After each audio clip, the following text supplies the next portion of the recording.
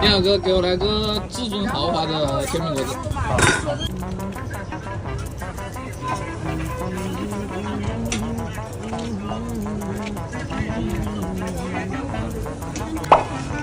辣椒从老婆都吃不？都吃。至尊豪华几个蛋2蛋。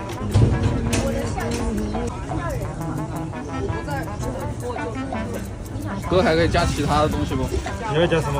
我想加一份皮蛋，加皮蛋可以不？好吧，来，你得给我加一下，全加完是吧？全部加完吧，能装得下不？尽量啊。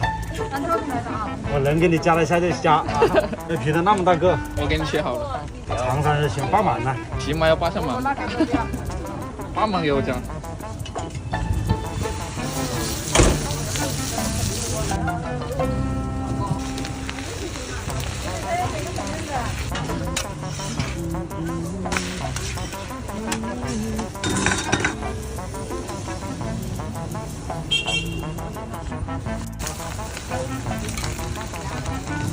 还没有遇到过加皮蛋的吧？没有。好，直接皮蛋第一人，能加多少是多少吧。给掉就好啊。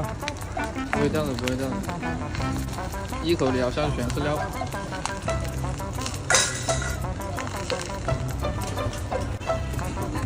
香菜也铺上去。这汁要不要铺上面？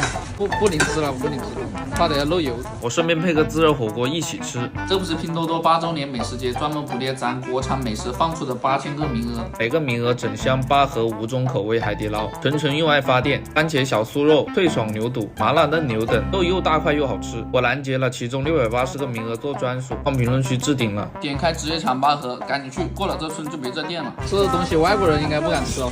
有些外国人喜欢吃，有些人不敢吃。外国人吃不就无言了？拿了皮蛋的煎饼果子，但是在外国人的眼里面，他是这个他不能吃，接受不来，直接接受不了。那吃播哪一个了？没有这个皮蛋了，里面皮蛋没了，这是他们自己买的，自己带过来的。自带皮蛋啊！哎呀，啊，最后一个菜子给我，好，谢谢。第一次吃加了皮蛋的煎饼果子，还是在教科书级别的师傅这里吃到的。我们来尝一下这个味道。我以为是黑暗料理，结果没想到还挺好吃的，味道还不错。